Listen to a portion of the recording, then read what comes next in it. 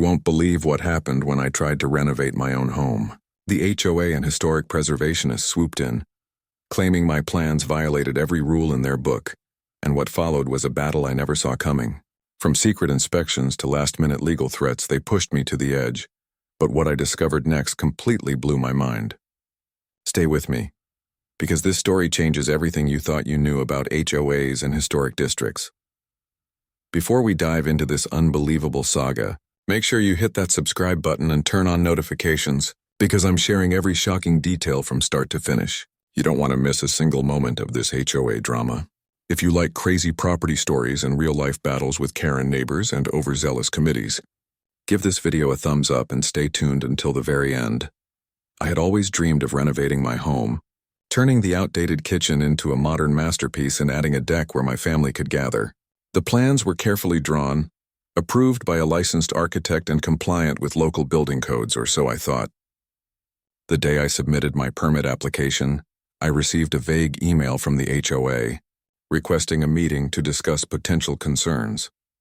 I walked into the meeting confident, thinking it was just a formality. What I didn't know was that the HOA had already partnered with the historic preservationists, and together they had formed an unholy alliance aimed at stopping my project before it even began. They scrutinized every line of my proposal, claiming my sleek modern design would disrupt the historic character of the neighborhood.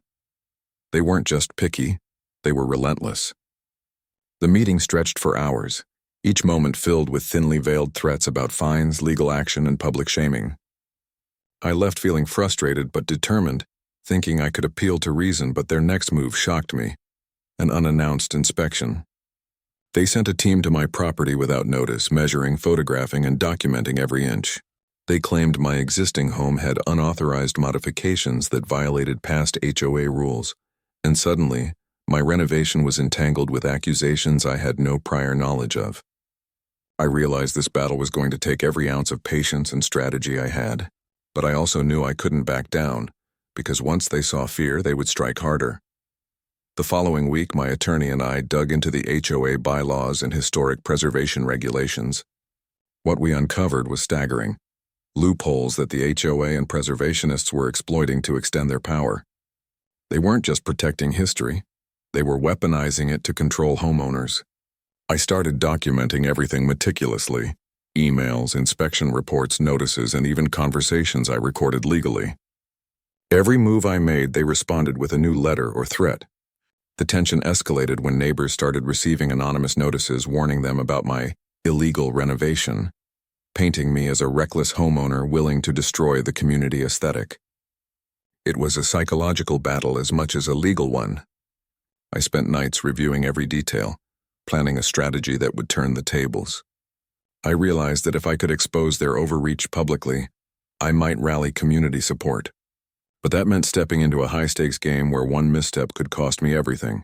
I had to remain calm and calculated, even when the HOA sent a cease and desist on what I thought was a minor fence modification. Their tactics weren't just bureaucratic, they were intimidating, designed to make me feel powerless. And yet each obstacle only strengthened my resolve. I began reaching out to experts in historic preservation, learning which aspects of my design were actually compliant and which could be adapted without sacrificing my vision. I realized that knowledge was my best weapon against arbitrary power. They may have tried to scare me, but I was learning to navigate their labyrinth of rules, preparing for a showdown that would eventually expose the truth. As tensions rose, I discovered a shocking twist. One of the historic preservationists had a hidden agenda. They had financial ties to a construction company that stood to gain if my renovation was denied, meaning this wasn't just about aesthetics. It was corruption disguised as morality. Armed with this knowledge, I began secretly gathering evidence, documenting connections, emails, and conflicts of interest that proved my case. Meanwhile, the HOA escalated their intimidation tactics, posting warnings around the neighborhood, threatening fines, and even proposing liens against my property. My stress was mounting, but I refused to be bullied. I started holding informal meetings with neighbors who had faced similar harassment, learning that this pattern wasn't unique. Together we brainstormed ways to challenge the HOA legally while keeping public pressure high. I knew that exposing their network of influence was risky, but it was the only way to protect my home. Every step forward felt like walking a tightrope, knowing that one misstep could lead to massive legal fees or worse. Yet my conviction grew stronger with each passing day. I was no longer just fighting for my renovation. I was fighting for fairness, transparency, and the right of homeowners to control their own property. With mounting evidence and a growing community coalition, I made the bold decision to confront the HOA and preservationists publicly. I prepared a detailed presentation, complete with documentation of their conflicts of interest, procedural errors, and selective enforcement. On the day of the community meeting, I was tense but resolute. As I laid out the facts, neighbors gasped, realizing the extent of the manipulation. The HOA tried to interject, but the evidence was irrefutable. Social media and local news outlets quickly picked up the story, amplifying the pressure. The historic preservationists, once untouchable, were now under scrutiny, and their credibility began to crumble. It was a turning point. The tide was shifting, and the narrative was finally under my control. The battle had transformed from a private struggle into a public reckoning, and I could feel the momentum building in my favor. My home renovation was no longer just about construction. It had become a symbol of standing up against unjust authority. As the weeks unfolded, legal advisors and community advocates rallied around me. The HOA attempted one final push, threatening litigation that could drag on for years, but their influence was waning. I had gathered enough evidence to challenge every claim they made, and the media coverage made it politically and socially risky for them to continue their harassment. The neighborhood, once passive or fearful, now watched closely, empowered by the transparency I had forced into the process. I finally received approval for my renovation, but the victory was about more than permits. It was about reclaiming power and exposing systemic abuses. The project began with a sense of triumph.